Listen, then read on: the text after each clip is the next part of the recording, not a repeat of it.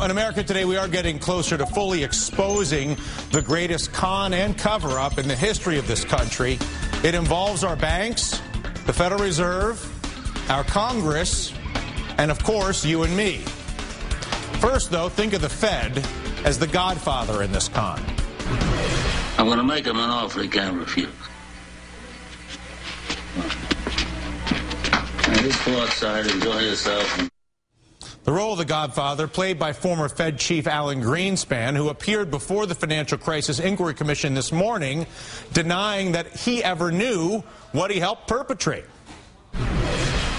The notion that we in any way favored any of them or basically were influenced with respect to policy by what they said, other than the facts they gave us, which we always evaluated, I saw no evidence of that in my tenure. And he may not have had favorite among the banks because Greenspan was working for all of the banks against you. The bankers, of course, the unrepentant con men being supported by the Federal Reserve. You picked him clean. He never missed him. Remember that sting experience? How good you felt? So good getting that money for free, getting away with it. Here's how the con went down. The bankers were operating under an implicit guarantee from the godfather, the Federal Reserve, in the form of guaranteed low interest rates, guaranteed cheap money exclusively for the con men. Then Chairman Greenspan, the godfather, would agree to hold those rates, let's say 2% for as far as the eye could see. The banks, or bankers, the con men, would borrow that money from the Federal Reserve, let's say 2%, and then turn around and lend it back to you at, let's say, 6%. That encouraged the patsies, you and me, to be drawn into the con because 6% looks like a pretty low rate. Low rates for houses, low rates for cars. Heck, you can join a health club, make that on payments, they'll turn that into bonds, and of course, promises of a higher than average return for those managing teachers and policemen's and judges' pension funds that are buying into the con as well. And here exactly is where the con comes in. As you and I both know, the banks had no money. They were getting it from the Federal Reserve, which is us. It's funny money. They had no capital to back up their lending. But that did not matter because they also had no risk in the lending. If the lending paid off, they win. And they won big when they did that because they did it with leverage. Top Manhattan executives alone paid themselves $121 billion in bonuses over the first part of the decade. Now, mind you, when the bank loans failed, they knew they were too big to fail. So the rest of us, you and me, would have to bail them out. The ignorant electorate, if you will. The patsies, who had no idea, and really still don't, understand how badly they are being conned by our government and our banks. Once the banks, however, realized there was no losing, the question was, how do we make the con bigger? How do we get more money through this crazy machine so we can get richer? The question, or the answer, I should say, is simple.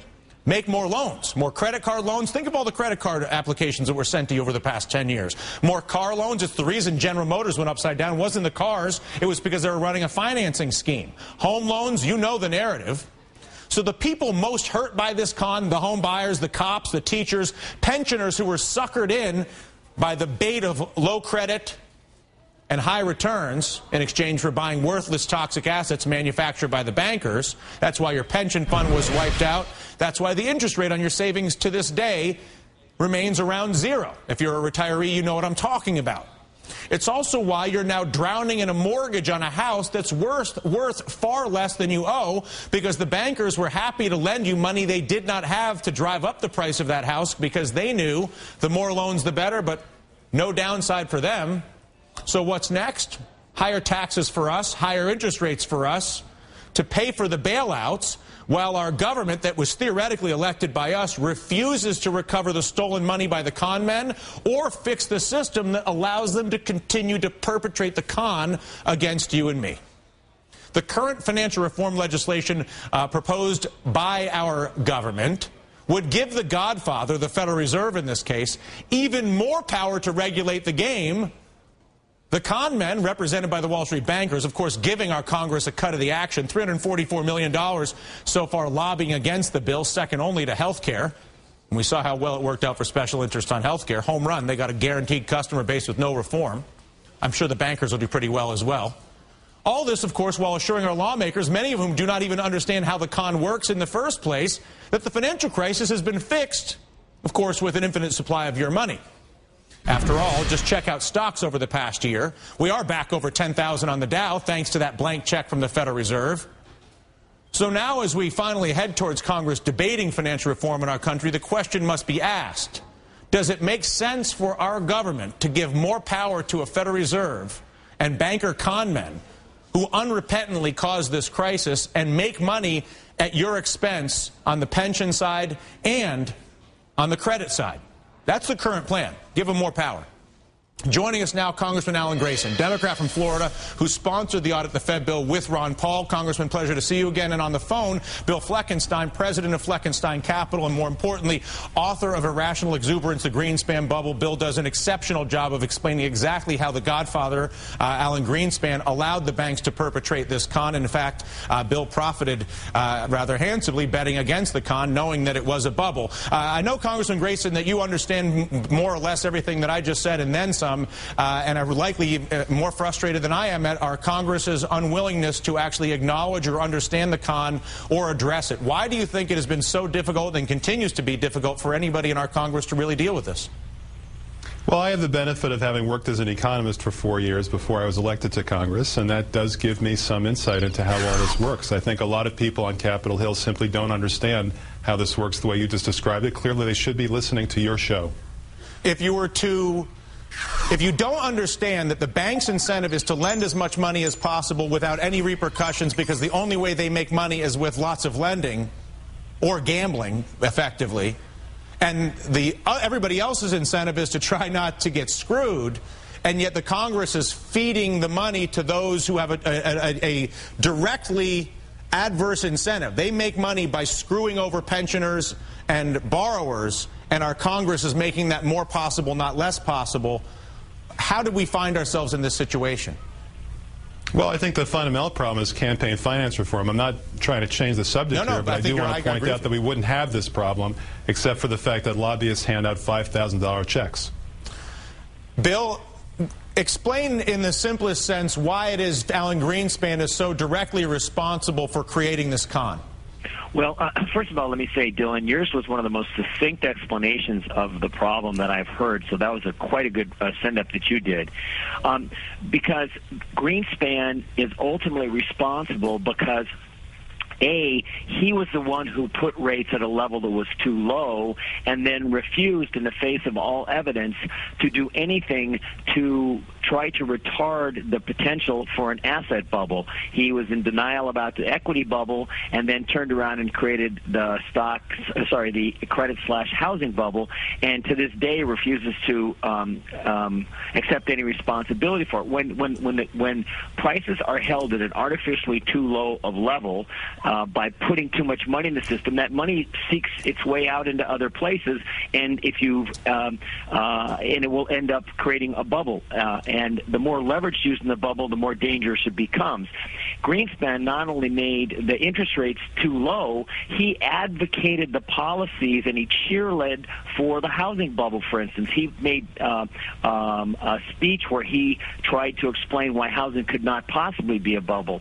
So it was not just his conduct of monetary policy, it was the speeches he made, and he was held in such high regard, other people adopted his behavior and his philosophies. Congressman Grayson, you mentioned campaign finance reform and the need to get the lobbyists out, because the bank lobbyists, $344 million, a cut of the action on the con goes to Congress. Are you as cynical as that would suggest, that basically Congress knows that they should create transparency and capital requirements, which would end the ability for there to be a con like this, but refuses to do so because they're afraid of losing those checks?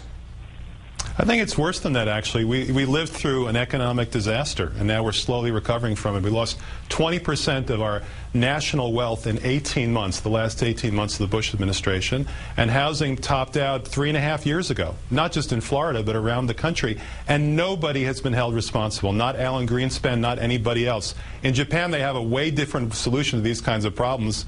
It's called Harry-Carry. I think what confuses people at this point, Congressman, and having been talking about this incessantly for a few years now, most people, if you look at the polling, understand at least enough of this to know that Congress works for the banks, not for the American people, and yet Congress still seems phenomenally willing to drag its feet in addressing this. Harry-Carry may be interesting or nice. We're probably not going to see it. We live in a democracy where we're told we elect people who look out for our interests, and yet the same people are creating laws that allow this group to con the American people out of the largest transfer of wealth in the history of the world with no consequences. Are you suggesting special interests have so much control that our government literally is willing to facilitate that level of wealth transfer with no consequences? I think that's a fair statement, and I would add to what was said before that we've got the creation of the idea of too big to fail under Alan Greenspan. We've got him gunning the economy through the Y2K money supply increase that led to economic disaster within 4 months. He made mistake after mistake after mistake, and what we never hear from any of these people is, I'm sorry. We don't even hear that. And I think it's because the system is enslaved. Yes, that's right. And the Senate bill unfortunately does that. The Senate bill takes whatever possibility there is of somebody who's actually looking out for the consumer and puts that in, of all places, the Federal Reserve as the one responsible to do that. The Federal Reserve, which is actually run by big banks, it's governed by big banks. They choose the people who occupy the seats of power in each regional bank. And yet we're going to be giving them more power. Go ahead, Bill. Dylan, you know, if the American banking system, if the directors and higher-ups there were held personally liable for some of the problems, as they are in Brazil, for instance, and as they used to be in this country 70 years ago, then you might get a level of oversight on the banks and have them pursue policies that we would wind up finding less odoriferous. It's not that difficult. You just have to make the guys in charge personally liable for some of the problems, and some of this behavior would go away. Any chance of that, Congressman? Yes, in fact, we're working on a bill to do exactly that, and we've examined what happens in other countries when they make the kinds of mistakes we've seen the last few years in America. And it's not a pretty picture for the people in charge, either in Wall Street or in the Capitol. Listen, Congressman, we appreciate your efforts on our behalf to correct for the con and get the money back and fix the system. And Bill, thank you for your journalism and your efforts to make sure people actually understand how this happened. Truly, Bill Fleckenstein, thank you.